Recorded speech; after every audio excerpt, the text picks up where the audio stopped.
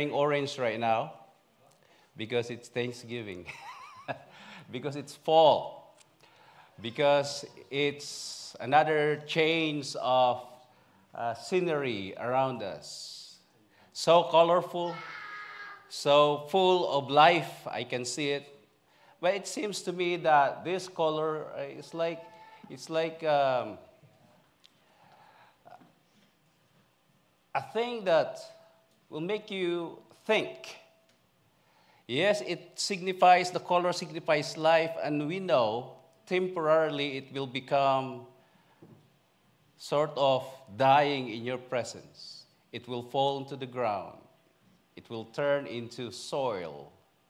And then we can think of, hey, these things that used to be a few weeks ago looks alive and vibrant, and then you will slowly see it decay.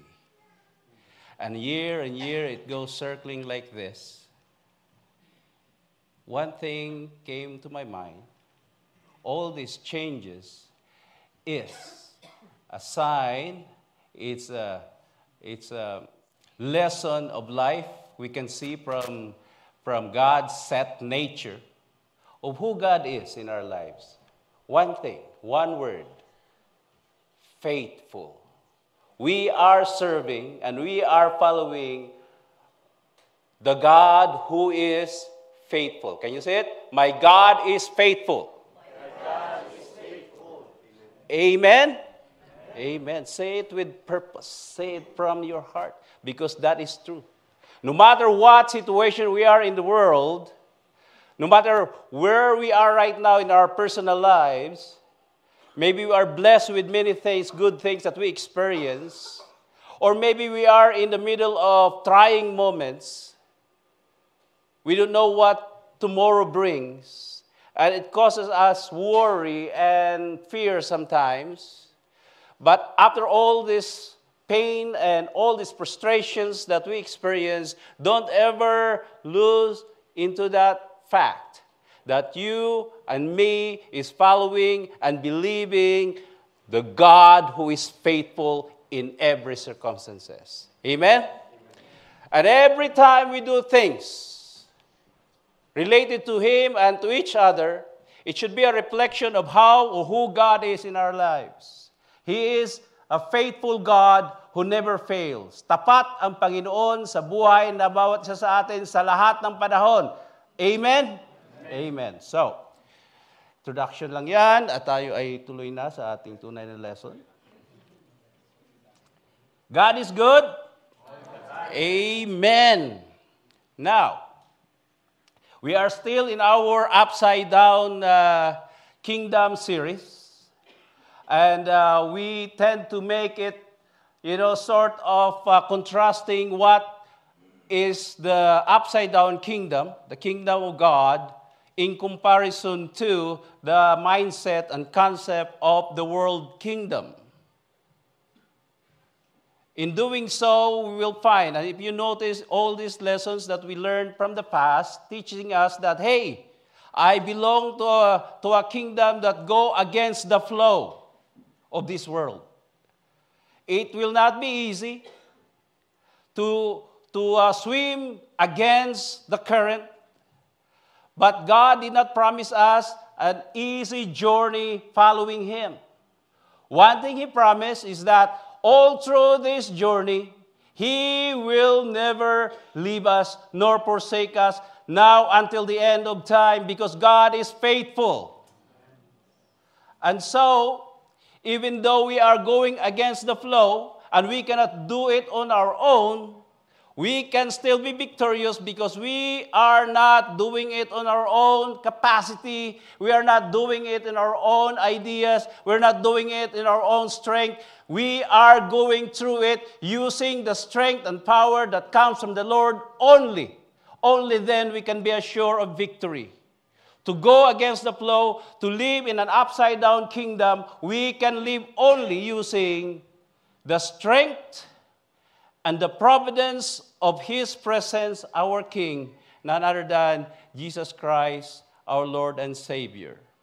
With Him alone, through the guidance of the Holy Spirit, we can continue to swim against the flow of this world. We continue to live in an upside-down kingdom. And today, the lesson that we're going to deal with is kind of lesson that is foundational to our who we are and why we're doing what we're doing and what keeps us going. And that is about Jesus Christ himself. The title is The Jesus Controversy. As I was pondering this message, this title, I was pondering, I said, what are other contrasts that I can share? And so I prayed to the Lord, Lord, what can I do? And what can I share? What are the other contrasting ideas that this world is having in comparison to your kingdom here on earth, the church? What concept is this? Is it kind of lesson? Is this the way we live? And lo and behold, in his goodness and his grace, he taught us that, shared to me in the Spirit that said, why don't you present the contrast of who Jesus is in the concept of the world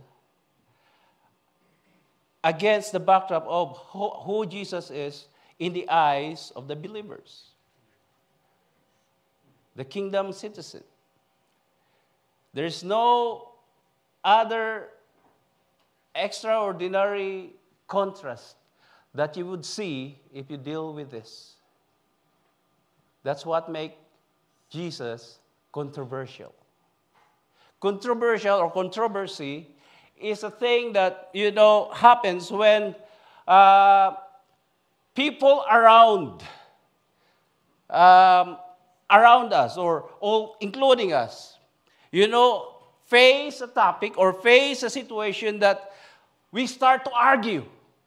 We start to make a stand against other stands. We start to choose a side and continue to argue with it. Sometimes it's so passionately, and sometimes it's so loud sometimes, emotional sometimes. But because we choose to stand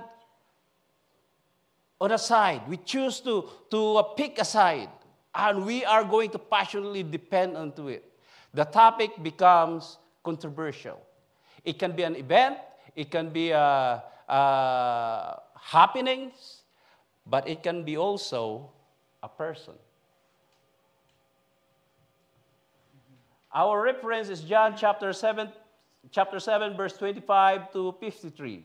But I will only read the central text that we're going to deal with. Therefore, many from the crowd, when they heard this, said, truly, this is the prophet, talking about Jesus Christ. I hope you will notice the controversy starting to come out regarding Jesus Christ, the controversy about Jesus. Others said, remember I said, if you are presented something or a person, you have to pick a side. You take a side and then you stand with it. Others said, this is the Christ. Pertaining to Jesus still. But some said, another group that will take a side, will present their concept about who Jesus is during those times. But some said, will Christ come out of Galilee? Has not the scripture said that the Christ comes from the seed of David, from the town of Bethlehem, where David was? In other words, if someone will say he is the Christ, but knowing he is living at that time in Galilee, how can he become Christ? Because the scripture is saying the Messiah or the Christ will come from Bethlehem, the city of David, because he will be called the Son of David. So he cannot be the Messiah. This Jesus cannot be a Messiah.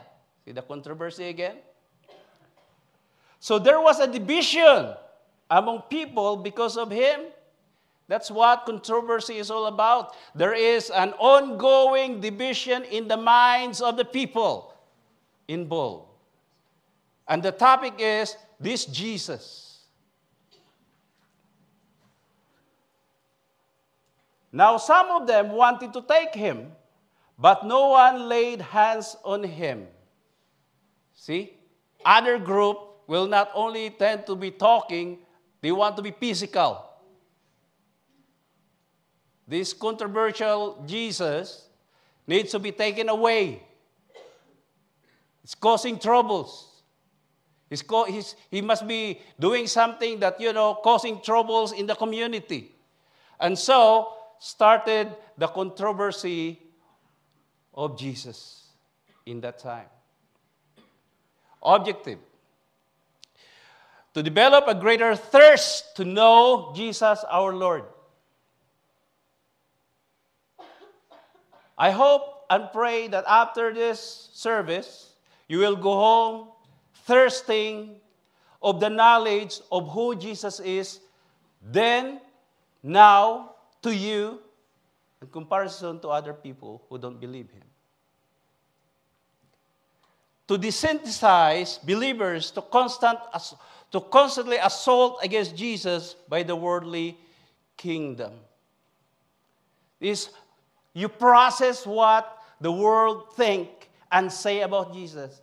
Do you know that back then, when Jesus was still walking on this earth, they are already saying something about Jesus and who Jesus is. They have concept that maybe this person, if you remember in your studies, that Jesus was called the friend of the sinners, friends of the drunkard.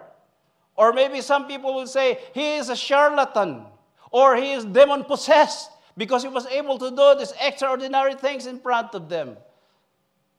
And if you are a believer of Christ, following Christ during that time, you hear this and you are processing this in your mind. Is it true? Am I following a charlatan? Am I following someone who's claiming to be, he is not who he is? Or maybe the most interesting claim that he claimed to himself is that he is the Son of God. Therefore, he is claiming to himself and to the rest of the world, I am God. And to those people who cannot take that truth during those times, they want to grab him. Not only to put him in prison, somebody wants to stone him to death.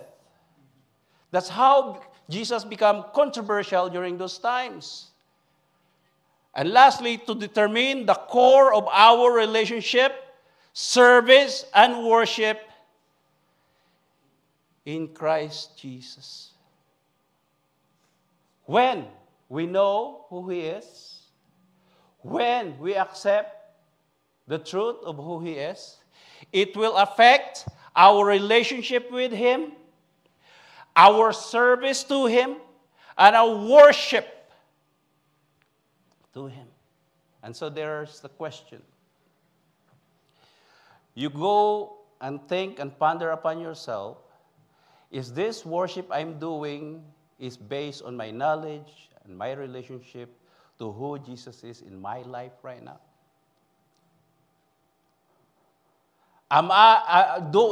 This service I'm doing right now is worthy to be presented to Christ and said, Christ, I know who you are, and this worship is fitting for you of who you are, what I'm doing right now. And so it will affect your service and even your worship to Christ.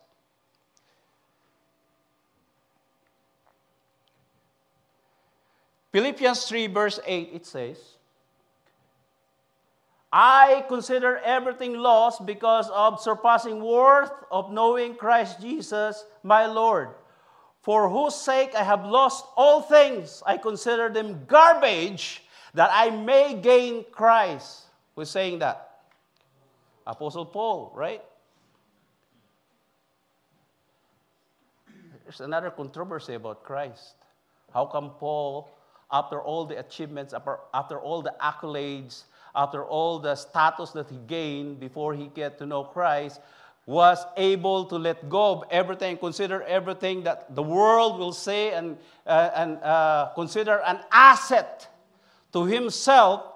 And he himself said, they are all garbage. For what? This is the controversial claim. And these are the controversial feeling that Paul shared to people then and to us right now.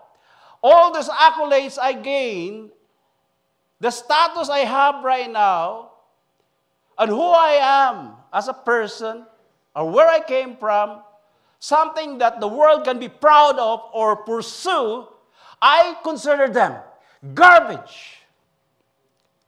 How can a man like this consider all these good things, things that can be proud of, consider them garbage in comparison to knowing Christ Jesus, my Lord, whose sake I have lost all things? How can a person say that? Well, that's what makes Jesus a controversial figure. How can someone able to sacrifice or lose everything for his sake, for this person's sake? That makes Jesus controversial during those times. Now, here's a question for us right now. What are the things you lost for the sake of knowing Christ right now? Ano ang mga bagay na isinuko nyo, pardon may Tagalog, ano ang mga bagay na isinuko nyo upang makilala nyo lang ng lubos ang ating Panginoon Kristo? Ano yung mga bagay na mahalaga sa inyo? Here comes the controversy. Ano yung mga bagay na mahalaga sa inyo, sa ating lahat? It used to be, we pursue, and yet because we got to know Jesus Christ, we were able to say, I don't care about them anymore. I don't put them in the pedestal of my life anymore because I want to know Jesus more and more every day. Now, instead of the focus of your attention, of your efforts, of your dreams, you set it aside because you want to know Jesus more. Ano ba mga bagay na isinuko niyo? What are the things that you let go of your life because you just want to know who Christ is?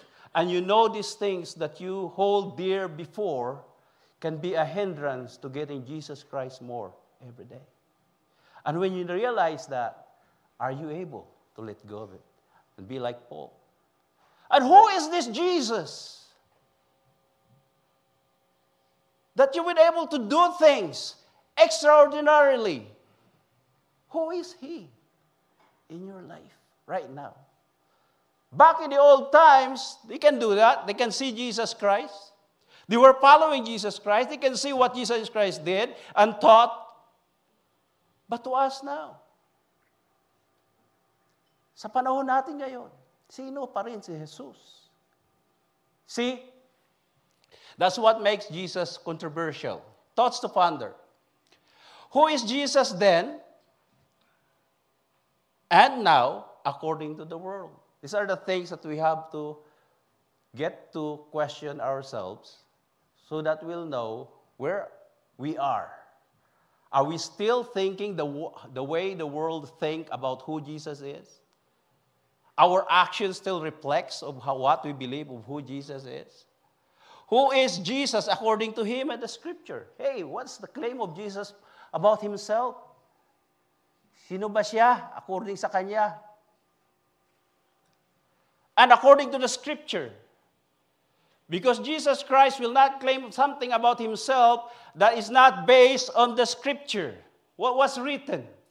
Because Christ, even before He was born here on earth, born of Mary here on earth, was already in the Scripture from the beginning of the Scripture. Was there already. In fact, He created everything according to Him. Nothing that is been created,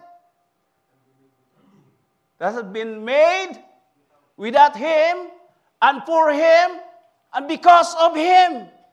Therefore, before we can say things or we can experience things in this world, even our life, there's one source of that, and that is Jesus Christ Himself. according to John chapter 1, verse 1 to the following. And the scripture do that thing, see? And Jesus Christ himself said, if you search the scripture, you study the scripture, they're talking about me. Now that claim makes him controversial. Some people believe him. Some people choose not to believe him. Some people even choose to want to hurt him. Who are you? I know your mother. I know your father. I know where you live. I know your profession. All of a sudden, you claim all this extraordinary claim. Who are you? See? It's controversial. People cannot stop talking about him. I guess this is a personal question to us to ponder. Right now, who Jesus is to us. I mean, honestly. Make it raw. Make it not because you heard it from Pastor Jerry, Pastor Ramil, Pastor JR, or from me, or from each other. Look at yourself deep inside. Who is Jesus to me? Who is Jesus to me?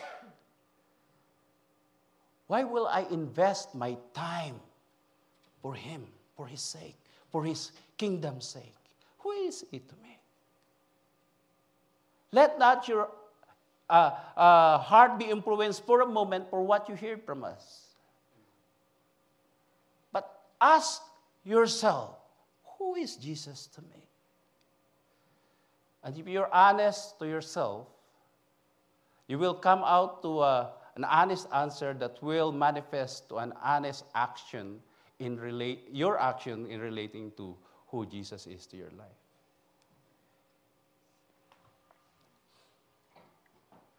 All throughout history, many personalities can be considered controversial. Maybe you know one or two. People who are controversial, people who we cannot stop talking about them. In the sport, right? Sportsman people. I think one of the most controversial thing right now in boxing is Manny Pacquiao. Amen? If you are Filipino, you will always say, he is the greatest. If you are from the U.S., no, Mayweather or Muhammad Ali is. Yes, because of what they did, because of what they achieved, right? If you are a basketball player, who will that be? Who are the controversial personality right now? Who is the greatest? Michael Jordan or LeBron James? And when you pick a side, you have to back up that choice by saying, oh, Michael Jordan did this, Michael Jordan achieved this. Is James achieving this right now? All right. Or you will say, James is doing this, James has achieved this. It's greater than what Michael Jordan achieved. Same is true in the business world. There are a lot of business people then and now that we are still talking about Musk. We're talking about Bezos. Is it Bezos? Jeff Bezos. We're talking about the Apple guy who just died. Who died? Steve Jobs. Even after he died, we're still talking about him. We are still enjoying the benefits of all those things that he present to us. We're still buying the products, right? And so it becomes controversial picture. We cannot stop talking about them. And then we can pick side from time to time. No, he's not great because he's not involved with these things. No, he's not a nice person because he will crush his competition and so that he will just be number one. All those pick and side makes a person controversial. In the old history, we have Alexander the Great. We still talk about Alexander the Great.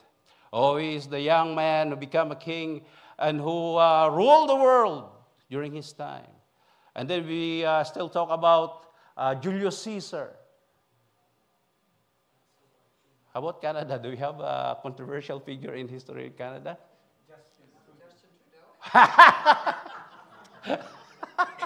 Is he controversial? Right now. Maybe after 10 years, we will forget about him already, right? Hopefully. Right? During his time, who was that? The prime minister who likes to drink, Ralph Klein. Yeah, he was controversial during his time. You know, but after he died, we're not talking about him that much anymore. Even in the Philippines, controversial figure in history, Dr. Jose Rizal. We still study his life. We still study his works. We read his books. Artists, Michelangelo, Da Vinci, and all that stuff. There are many controversial people. We consider them controversial. We cannot stop talking about them. Sometimes we argue. But there is no comparison when it comes to Jesus Christ being a controversial person. We cannot stop talking about him, who he is, what he has done, what it was his claim for his life, and who he is in every person in this world, then, now, and after us. He will continue to be a controversial figure in this world until he comes back again. Why? Because it will go back to the thought and the truth that says he created life, he sustained life, he saved life, and he will redeem life. He created everything. That's our foundational thing. Remember in your freshly finished course about who Jesus Christ is?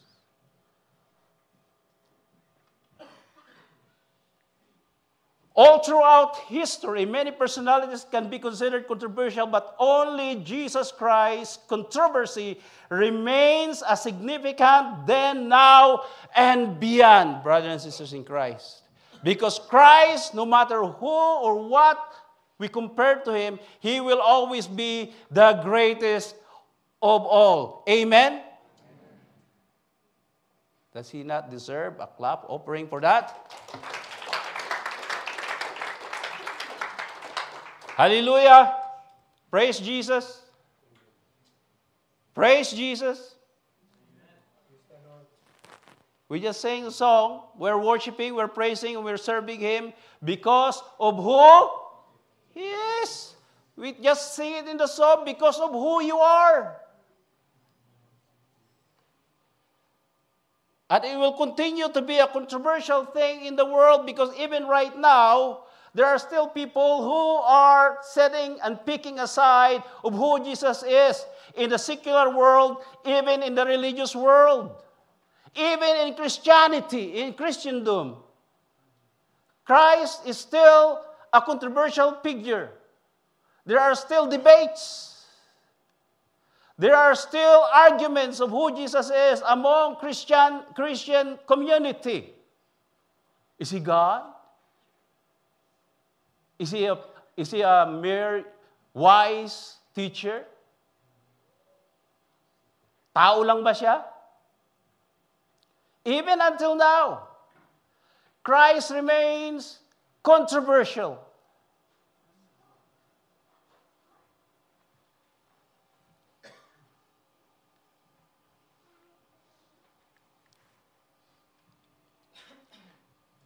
I will tell you how to become controversial. You want to be a controversial person? 3 words. 3 W's that will make a person, and you, if you dream to be controversial, you have to have this. The who, the words, the who is the profile, right? Who is this person? The words, what is this person saying? And the works. What did he do to become controversial? If you have all these things that are considered controversial, your profile can be cause to be for you to be controversial or to be in the controversy. Or maybe what you said. Oh, that's Donald Trump. He say words that are crazy. That's what they're saying, right? People will say, oh, that's Donald Trump. But some people who believe in Donald Trump, he's great.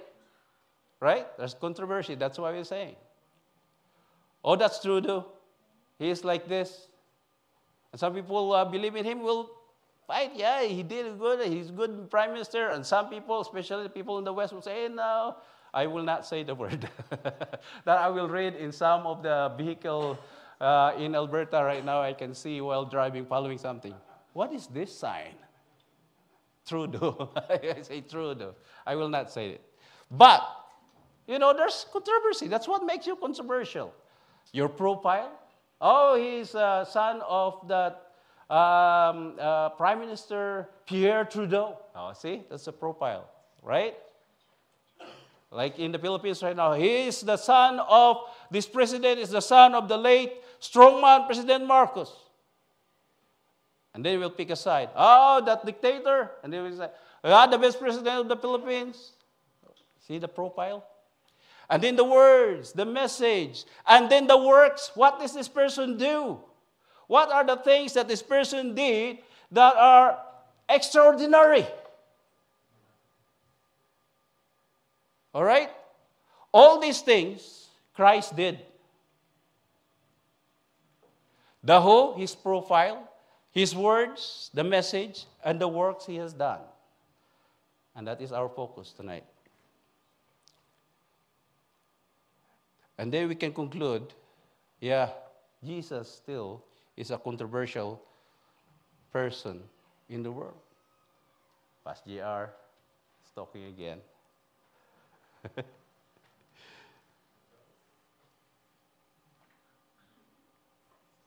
playing a game again with me.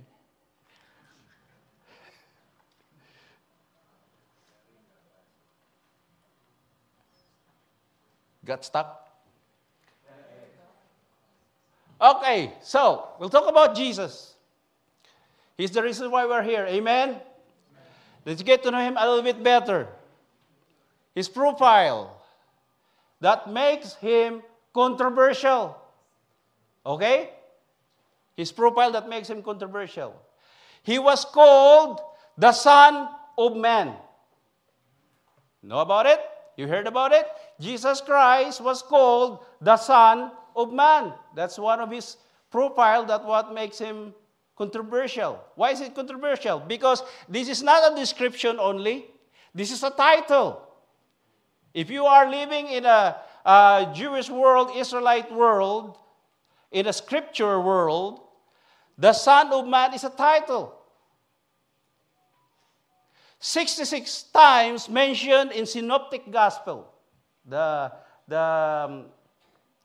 Matthew, Mark, Luke, Synoptic Gospel. 12 times in John, in the book of John, where we get our text, that he was called the Son of Man, either by himself or other people.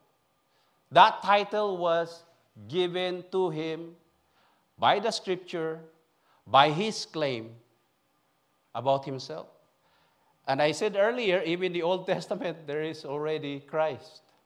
He was described in Daniel chapter 7, verse 13 to 14, which says,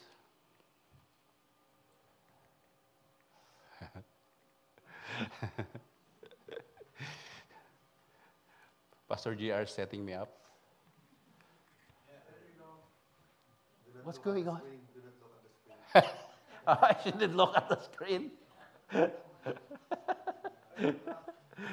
Okay, let's read this one. From Daniel chapter 7, verse 13 to 14, it says here, the Son of Man, in the Old Testament, even before Christ was born here on earth, I was watching in the night visions, this is Daniel, and behold, one like the Son of Man, coming with the clouds of heaven. Remember, this is a title now, huh? Coming with the clouds of heaven, he came to the Ancient of Days, that's God the Father, and they brought him, it is the heavenly host, they brought him near before him. Then to him, the Son of Man, was given dominion and glory and kingdom, that all peoples, nations, and languages should serve him. His dominion is an everlasting dominion which shall not pass away, and his kingdom the one which shall not be destroyed. Do you know why it's so controversial for Jesus Christ to claim that he is the Son of Man? In the eyes of those people who read the scripture? That's why you can see the reaction of these people who knows about the scripture when he started calling himself the Son of Man. Who are you? I know your father, I know your mother, I know what you do.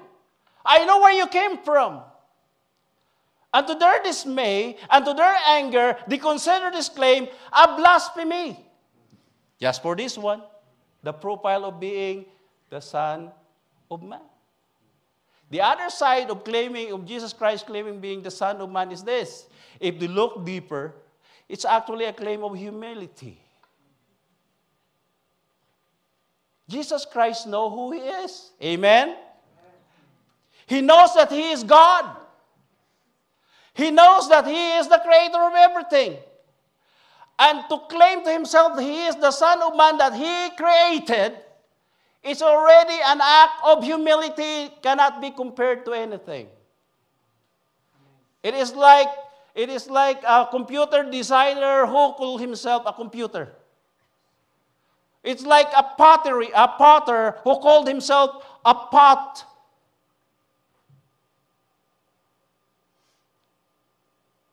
It's like the one who created the ants and called himself an ant.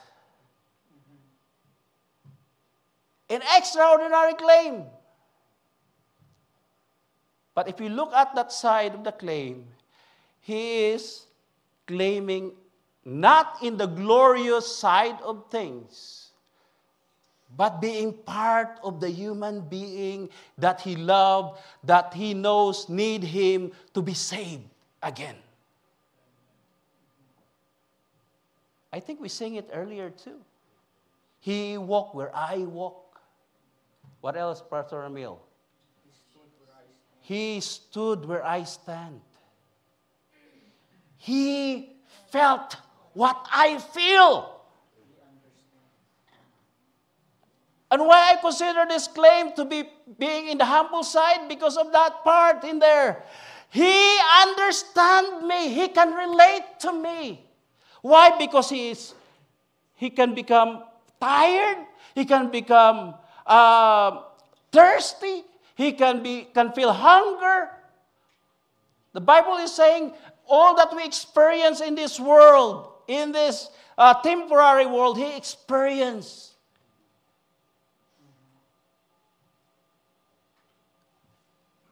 That's why we call him the Son of Man.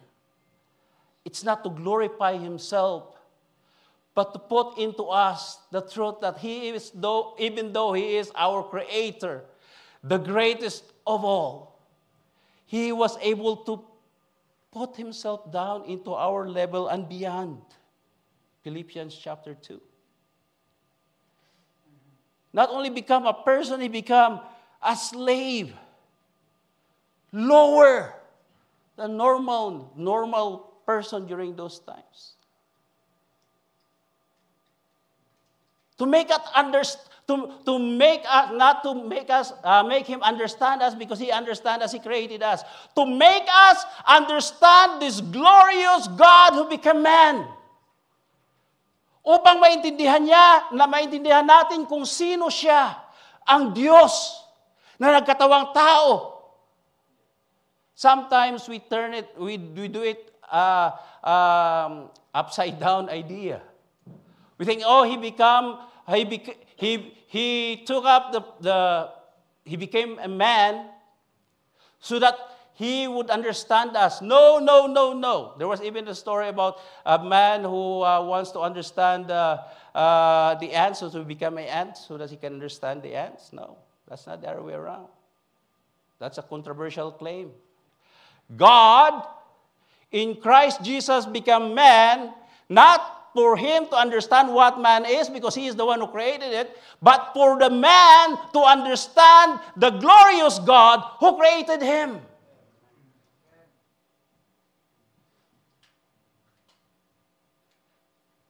And to those who are angry of hearing Jesus Christ claim that he is the Son of Man and wants to hurt him, wants to kill him because he is doing blasphemy. And if to those who are listening right now to us, who are still in this kind of claim who Jesus is, just shift your point of view of who Jesus Christ is, the reason why he called himself the Son of Man, and why he became man. It is not because he wants to understand us, but because he wants us to understand this God who we cannot understand on our own.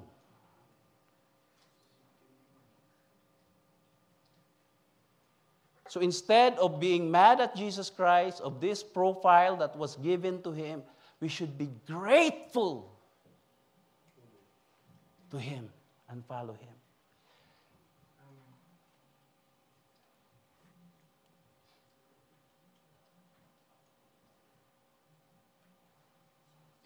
If people are angry of Christ's claim as part of his profile, controversial profile, being called the Son of Man, the next one in here is way level up claim. The next profile that Christ was given, even claimed about who he is, that is so controversial until now. People are still debating, people are still fighting and arguing if it's true or not, is this claim, this profile of him that says he is the, read everybody. And again, it's not a description, it is a title again. It is a title that no mere human being should claim. And if you are not Jesus and you claim that you are this, like some other people, even in the Philippines, someone did claim. Look at where he is now. It is so controversial because of all the people who was born in this earth, of a woman, there is only one who can claim this title to himself, and that is Jesus, the Son of Mary, born in Bethlehem, lived in Nazareth of Galilee, the Son of God. And that the Son of Man is a claim about his humility, being God who become like us, for us to understand who God is. This again, the Son of God, is his claim of his divinity. If they want to kill him when he claimed that he is that Son of Man title, the more that they want to kill him. And so therefore, if you read all those texts that we have in verse 25 to 36, and throughout that chapter, in chapter 7 of John, people are really mad at him. Who are you again? Now you're claiming you are the Son of God. Some text is saying, it means to say you're greater than Moses. Is it to say you're greater than Abraham? Because he said, before Abraham, I am. And when he said, in short, yeah, their anger went into the roof and they want to kill him. Even in this chapter, you will hear and you will read that they want to grab him right there and then, but because his time is not up yet, they cannot do so. He will not allow them to do so. He said, my time is not up yet. I will still be here for a short time. He will not allow anyone to keep him from doing his calling. The Son of Man is his claim about his divinity. And why is it controversial? Because even until now, people are still talking and arguing about who Christ is. Is he God or he is not?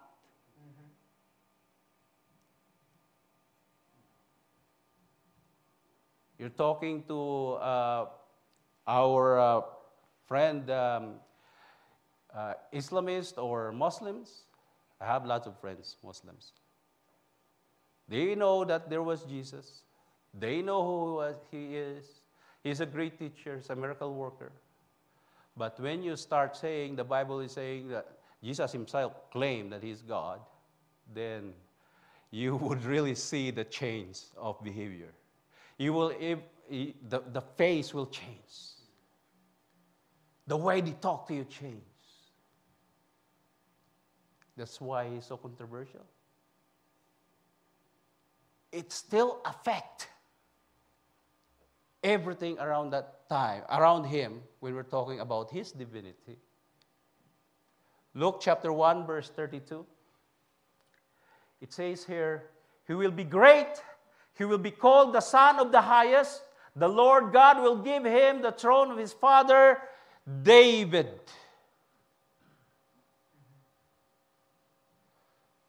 In that mindset of the world, they have this idea, this Semitic idea of what the Father is, same is the Son.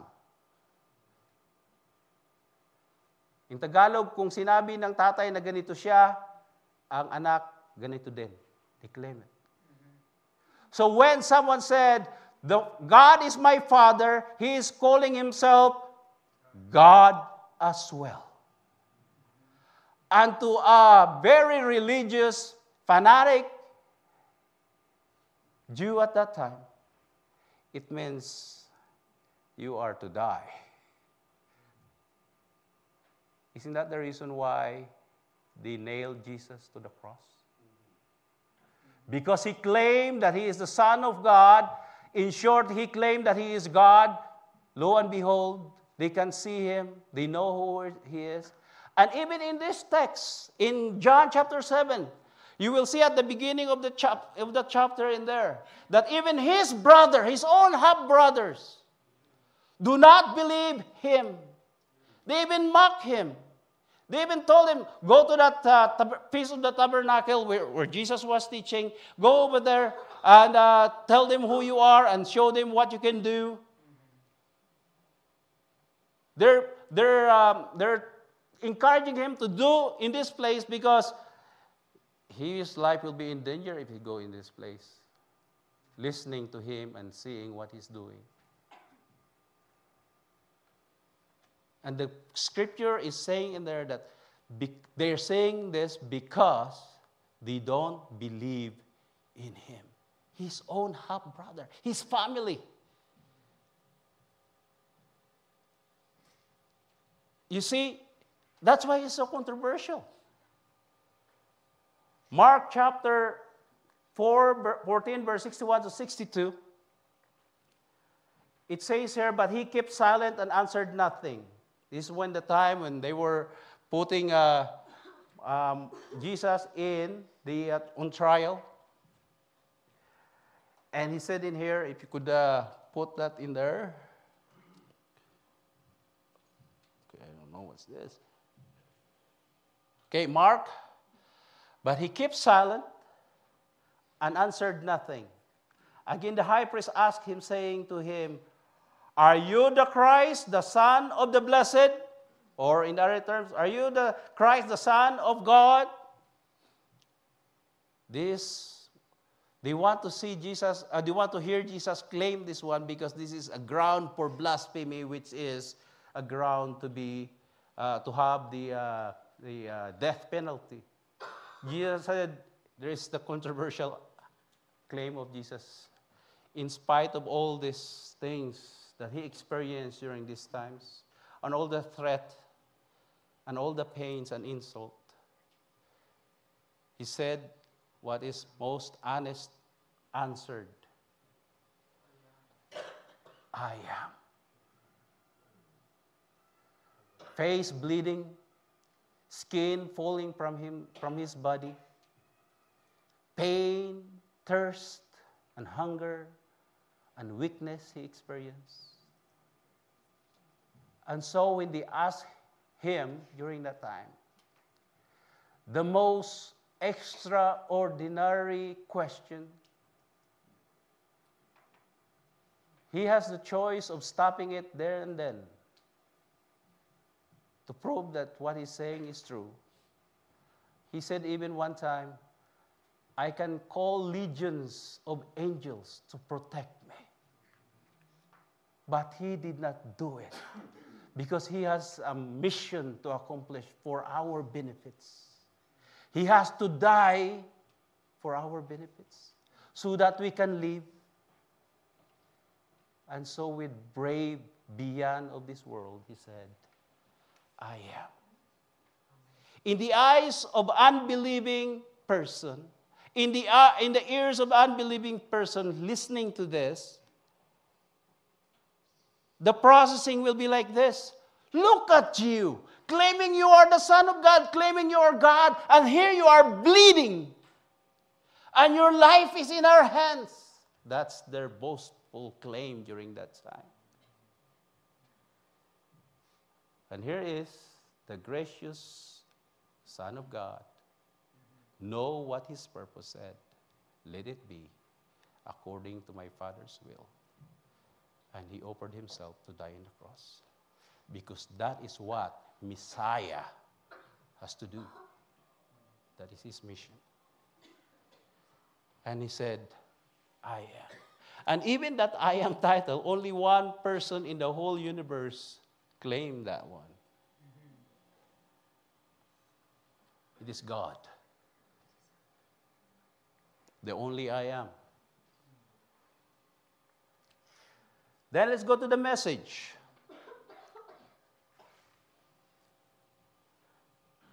The message. The message is what the word or what Jesus said that are controversial of who he is. His utterance, his teaching. In this chapter also you will see and hear people wondering, who is this person? They know that he is a son of a carpenter, so he doesn't have money to be in the schools, like in the presence of Gamaliel maybe, or those great teachers. They know he grew up poor, and yet the way he teaches, the authority within these words, they cannot understand. And so that makes him controversial. The words that he say. If you read Matthew chapter 5, the Beatitudes, you will see the upside-down message of an upside-down kingdom against the backdrop of the world. And that's an extraordinary teaching that this world just heard when he started teaching. His message is controversial as well. But there is one more thing about his message that is more controversial than anything else. Yes, his teaching and doctrines are controversial, yet this is one more thing that what makes his message controversial. He is the message. His person and his work is the message. For God so loved the world that he gave his only begotten Son. That's the message from God the Father who loves the world. So he sent his Son to be the substance of the message to the world that is lost, including you and me. And what is he to be for us? How do we receive him? And he said, he gave his one and only Son, that whoever believes in him as the message from God shall not perish, shall not be destroyed, shall not die, but have eternal life. That is the greatest message of humankind from God the Father through Jesus Christ, our Lord.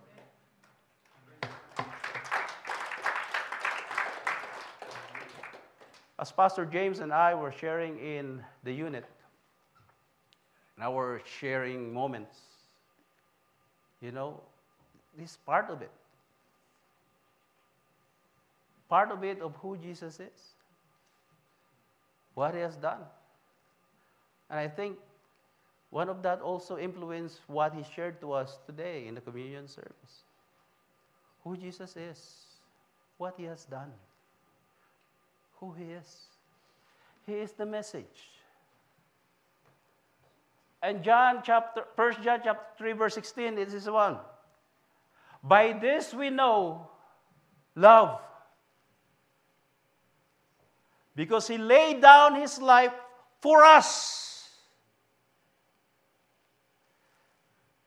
In John chapter 3, verse 16, that's the message. In 1 John chapter 3, verse 16, this is how he will do the message. This is the words, the utterance, and this is how this will come to pass. All right? You understand? This is what? The message in the words. And this is how this message was done. By this we know love, Father's love, because He laid down His life for us. How did He do these things? By laying down His life. And who is the recipient for that? Us, you and me, the sinful world. And after that, if we believe in Him, we will not be perished, but have everlasting life. And how do we to live that everlasting life?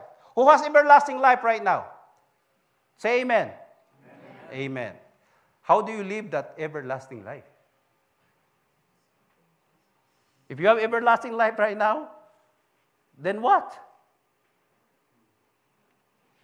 This is the answer. Because He loves us and laid down His life for us, and we receive and we believe it, He was giving us eternal life. How to live it? We also ought to lay down our lives for the brethren.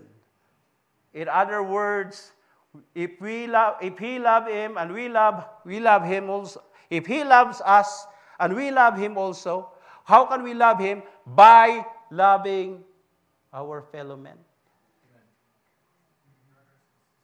Brothers and sisters. Are we brothers and sisters here right now? In Christ Jesus? Well, look beside you and say, you are my brother, you are my sister. Come on.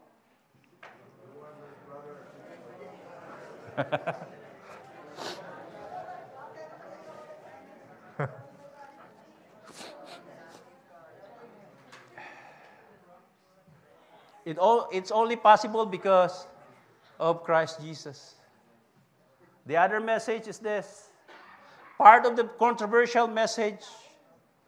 Why is it so controversial? Because how can it be that because this person said that he loves us and he laid down his life for us, then we have to follow him? It's controversial. Who in the world he is? God loves us and we must love him and each other. It is controversial back then and still controversial even now and beyond. Amen? Amen? That's why no one can beat Jesus. Amen. The action. See? The profile, the message, and the action. What are the actions that are controversial to him? Well, we know the scripture. We read the gospel and stuff like that. He did lots of miracles. And in this scripture, in John chapter 7, you will even say this. I read it earlier also. It says, if the Messiah, because they don't believe, they can't accept that this person that they know claim that he is the Messiah. And so they lay down the negative situation that, he's not saying he's the Messiah.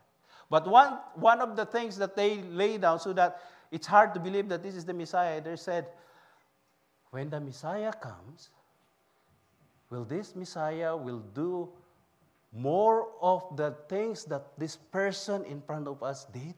Means to say the miracle. If the Messiah comes, can he overdo these things that we see and we saw this person is doing right now? If he is not the Messiah, if the true Messiah comes, that's why they have a hard time accepting Christ as the Messiah. Even until now. Do you believe that? You talk to a Jewish person right now, Israeli person right now, most of them will say, Jesus is not the Messiah. They are still waiting for the Messiah. A person that will bring them back to the kingdom that was like of David, their father. Well, the action of Jesus Christ, as based on the scripture and based on him, if there is no most controversial claim that he is, and his action that he said he did, Scripture is saying, John chapter 6, verse 37 to 39, John chapter 21, verse 25, all in all, the idea is this. Jesus claimed that he is the creator. Amen? Amen. John 1:1 and all that stuff I said earlier. Not only that he is the creator, life especially, life. Because that would involve you and me, all living. Yeah, he created the mountains and stuff like that, so what? But he created us also. And so there is action after that, or there's some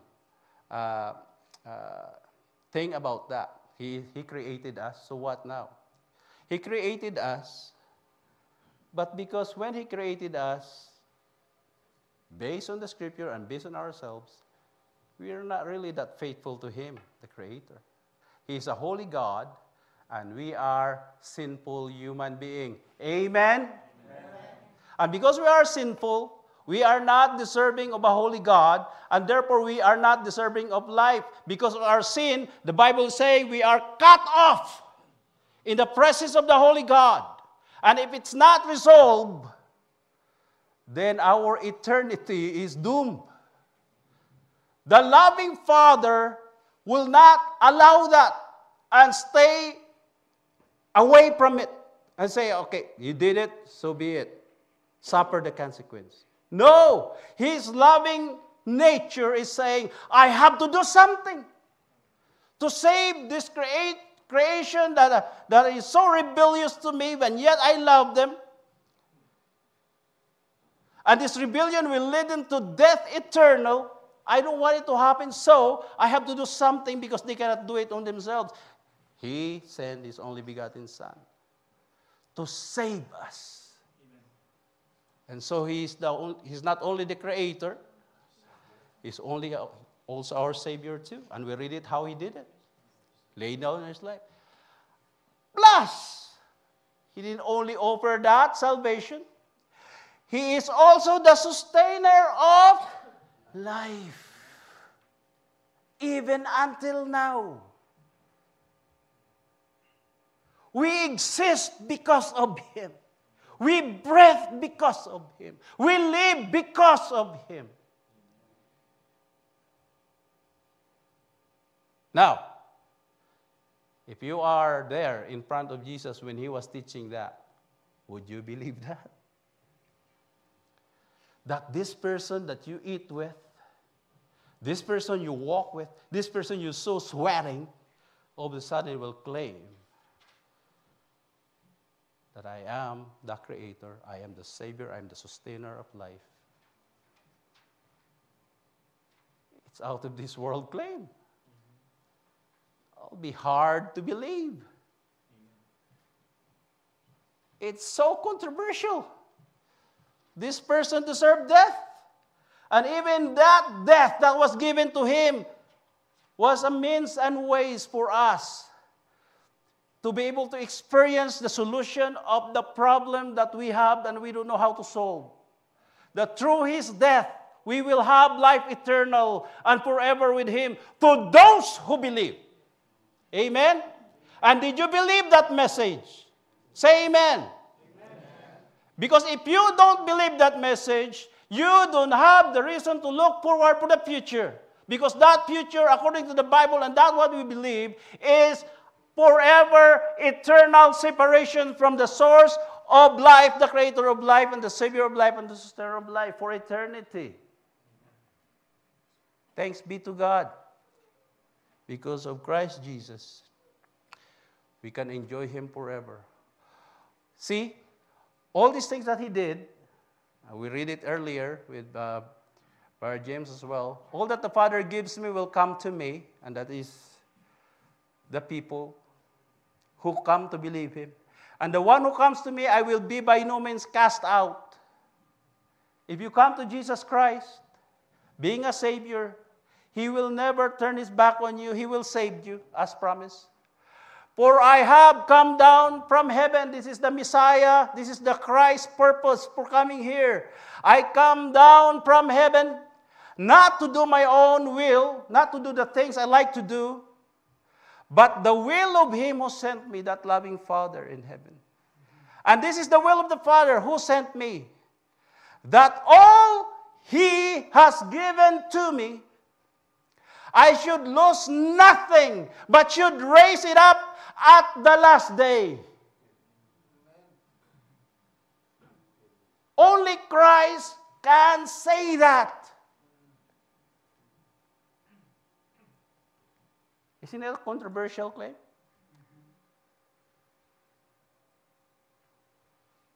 I like this thing in here. That all has given me, I should lose nothing. Isn't it so affecting you and me right now? That the moment we accepted Christ as our Lord and Savior, we are the claimer of this promise that no matter what, He will not let you be away from Him anymore. No matter what this world will brings, or whatever experience you're experiencing right now, no matter what failure you will experience in the future, there is always a promise that will give us hope and continue going. This promise that Christ said, I will never allow anyone to be lost. Because He promised, and He is faithful to His promise. Amen? John 21, verse 25. There's also many other things that Jesus did, which they were written, one by one.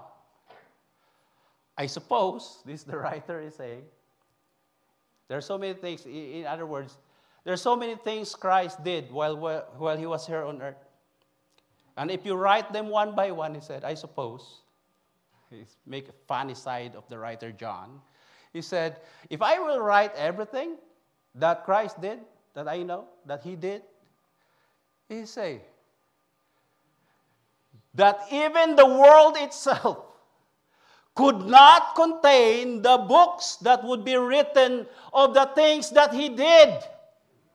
That's how great Christ was and is to come. That's why even this world that He created cannot contain the work that He did in the past, that He is doing right now, and will be doing. You cannot put the things that He did into one single book. There's no such book that can contain that. Why? Because He is still continue doing His work right now. Amen. And what is that special work? Work to save soul, using you and me. Can you believe that? To be a savior of the world, using you and me, and to sustain that by grace. And so, it will never come that everything that Christ did, been doing, and will be doing will fit in one single book. Never. The whole universe that He created cannot contain what He's doing. Amen? So now, central idea, our knowledge of who Jesus is, and what is that knowledge today? Two simple things. That He is the Messiah, the Son of Man, and the Son of God, and whose work, and whose message is the message of God's love, that because of that love, He wants to save all those who are lost, including you and me. And how He did it, one of the greatest, most controversial action that He did, to be an offering to pay the debt that we cannot pay on our own by His own life. He laid down His life because we cannot, and our life is not acceptable. And He did it. And He said also, was not finished there. And to those who receive Him, those who choose to believe, He will give an eternal life, starting right away until eternity, He who said, you have to live as you are, citizen of the kingdom. He will sustain you and me. Because on our own, we cannot sustain that salvation that He gave us. We will lose that again. No, He doesn't want it. How can He make it happen that our salvation cannot be lost? He gave and He sent the Holy Spirit to every person. And in this chapter and verse, He said also that the fountain of living water will be in every heart who receive Him. And that scripture is saying He's talking about the Holy Spirit that He's about to give to those who will believe the message. During that time, He was not in the cross yet, right? He was still teaching. That's why the Holy Spirit was not given yet. But after His ascension back to His Father, He sent the Holy Spirit to be with each one of you. To me. And from us, that work of the Holy Spirit is working right now. It's flowing right now. It's not stagnant. It's active. I hope so. Or Christ gave it to you. So it should be working for whatever that may be. So our knowledge of who Jesus Christ is will determine our relationship with Him. It starts always with the relationship. It starts with the relationship. And that relationship will happen if someone will accept the message of Christ and Christ Himself. And so when that problem is settled, if you are part of Christ's body, it will give you reason to serve Christ that is acceptable of Christ because you are part of the body.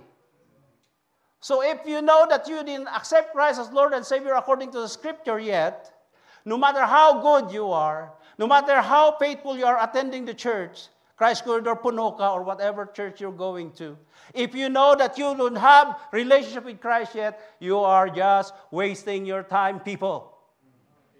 Amen? Amen? Settle relationship issue first. And then when you accept Him, you become part of His family, you become part of His body. And believe me, if you are part of the body of Christ, you are placed in that certain position to do something for the good of the body in the glory and honor of the head, who is Jesus Christ. Amen. So you have to ask yourself right now, am I really part of the body of Christ right now? What am I? Am I a heart? Am I an eye? Am I the feet? Am I the hands? Am I the mouth? Should be something. See what I'm saying? Once you realize who Jesus Christ is in your life, it will affect your service as well. Am I doing what I'm supposed to do right now? I am helping people right now because as part of Christ's body, I am the hand. Am I sharing the gospel right now? Because as part of Christ's body, I am the mouth that shares the gospel to the people who hasn't heard the gospel yet. I am the eyes that see the pain and the frustration of my brothers and sisters and cause me to do something to help ease the pain of what he or she is experiencing right now. Or the people in the mission field, I am the feet that goes to them, bringing the message of peace, message of salvation. Knowing my relationship with Christ and I am part of His body right now, I was put and I am put in a place in the body that I could function the way He wants me to be. And what Jesus Christ is saying, what I'm doing is not the will of myself, but the will of the Father who sent me. And therefore, what you're doing right now in the kingdom of God, the upside-down kingdom of God, is the will of Christ, and make sure you know what is His will in your life right now. What service you're doing right now.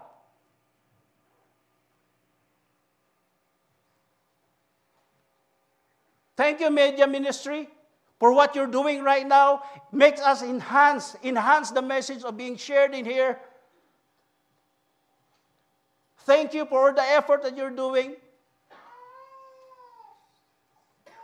Whatever ministry that you're doing right now, the women's the one who prepares this thing, the one who cooks, the men who labor to help the church when there's need of manual labor, the teachers who's teaching the Word of God, the evangelism, all of them, the elders and the deacons, of every service we do because God put that in there, and that is His will that for us to do and follow. It's not on our own.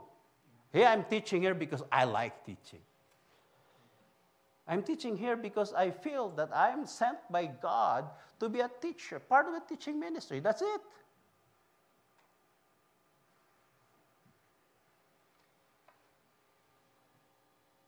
I threw garbage because I was sent there by God that, hey, you are placed in a place where you can throw garbage without payment, so do it. So I did. Amen? That's what gives us reason what we're doing right now. The knowledge of who Christ is, what part of the body of Christ we are in, and we do that things because of the knowledge of knowing who Christ is and who we are as part of His body. And all in all, knowing Christ and who He is will also affect the worship that we're doing in the upside-down kingdom of God. Where we are worshiping God, here or in there, are we singing praises to Him like deserving of His watchful eye, brothers and sisters in Christ, when we are worshiping here? Whether you are leading or you are there, the one who is watching and enjoying or maybe looking at the things that you're doing to worship, praise and worship, is God the Father. And then you ask yourself, every time you sing the song for God, is it deserving of God? Because you cannot hide. You cannot fake God. Oh, I'm just here attending because if I don't, my mother and my father will get mad at me. Right? Oh, I'm just praying this because I was told that I have to pray before I eat. Or Daddy GR will be mad at me. And so you're doing what you're doing not because God is watching you, but because your dad or your mother is watching you. Is that all? What you're doing right now is based on a reflection of who or what is your knowledge about who Jesus Christ is in your life as you live in His kingdom, as being part of His kingdom. It's a reflection of it.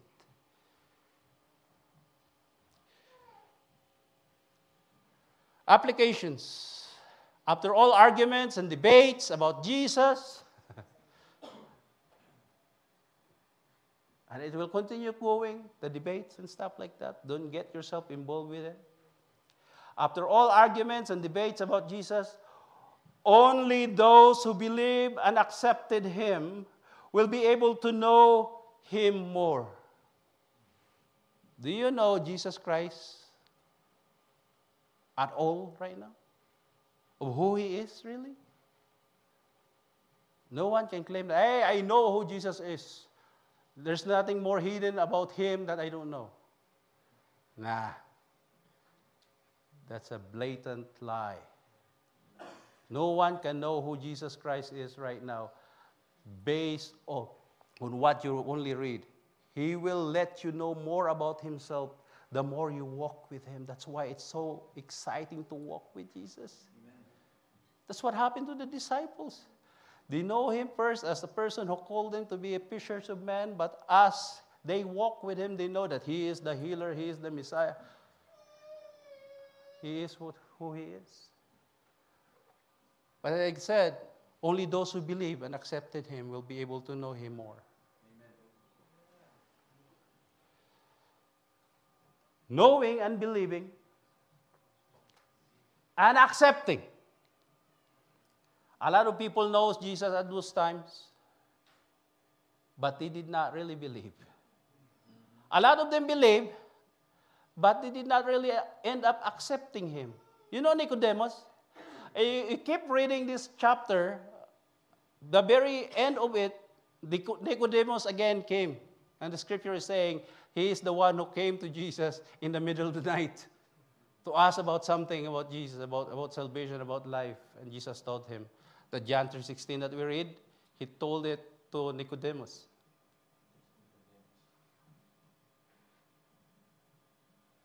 He knew Jesus Christ. He believed Jesus Christ, I believe. But I don't know. This is what I don't know. If he was really able to accept Jesus Christ fully of who he is.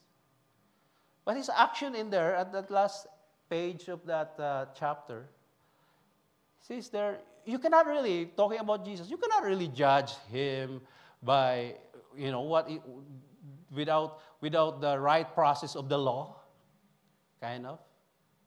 You have to watch him. You have to observe him. You have to observe him more to get to know him. Because his companion wants to grab Jesus and judge Jesus right away and kill him. Nicodemus said, take it easy, guys. I heard him before. Or, word chills. Cool down, guys. Let us observe him first. Let us watch him. Listen to him. So in that, I conclude that at this time, Nicodemus really didn't accept fully Jesus Christ is. Knowing, believing, and accepting Jesus Christ must lead to, this is what we learn in this church all the time, lead to repentance. That's how it makes it all sense. Amen. You cannot claim you accept Jesus Christ, you believe in Jesus Christ, you know Jesus Christ, if you did not repent and change your way of thought and adjust yourself into the kingdom perspective. Otherwise, no meeting took place. You did not really meet Jesus Christ. Or, yeah, there was a meeting, but you turn your back and you did not believe what you see or heard from Jesus Christ. So you turn your back unbelieving. And the conclusion of the matter is, the heart concluded, the unbelief of the heart concluded the encounter with him. You did not, it's as good as you did not encounter Christ Jesus. It's those of many millions and thousands and millions of people who heard the message of the gospel and turned their back, pretending they did not hear anything because of their unbelief. It's a sad, sad conclusion of the matter. The Jesus controversy will continue until his second coming. He will allow it. Maybe because he wants us to talk about him. He doesn't want us to fade in the memory of the people. Because his personality, his message, and his work is vital to our existence here and beyond. And so he allows us to talk about him, no matter what, positive or negative, he allows it to continue. Because one way or another, we will hear the message of the gospel, and it is up to us if we receive it or not. Even the scripture is saying, he will not come back again until every human being in this world will hear the message of the gospel. Isn't it incredible claim? Why is it so important? Because it is God who is giving a chance, an opportunity to every human being to accept him of who he is and be with him forever in eternity. The Jesus controversy will continue until his second coming. But to those who accepted him, the questions of the heart will be answered, and relationship will bloom, and their hearts will flow, and in their hearts will flow the living water to quench the thirst of every seeking soul. As part of the upside-down kingdom people, you are to be the channel of this living water so that a lot of the thirsty people in the world who needs to drink this living water can drink. And so don't ever forget that. If you accepted Christ as Lord and Savior, you don't have the right to keep it to yourself. Amen. It is expected for you to share it to the world. Family, friends, strangers, no matter who will God put in front of you, they are prospect to be able to drink of a living water that comes out from you the moment you receive Christ as your Lord and Savior yourself. Amen. Don't forget that one, please. Lastly, this is a challenge now. If you don't have Christ as your Lord and Savior yet, I humbly ask you, ask yourself, do I have Christ in my life yet? If you don't have Christ yet, according to the scripture, we said it earlier, your service will be nothing. No matter how much service you did in the church here or in the church where you belong, if you don't have the right relationship with Christ, if you did not accept Him as your Lord and Savior, I'm sorry to say, you are just wasting your time. So accept Him first as your Lord and Savior. And after that, accept Him as your Lord and Savior and Lord right now. Only then can He make a miraculous change in your life, fit to live in an upside-down kingdom from here to eternity. Amen. I pray you will. In the name of our Lord and Savior Jesus Christ, everybody said, Amen, amen and amen. God bless us all.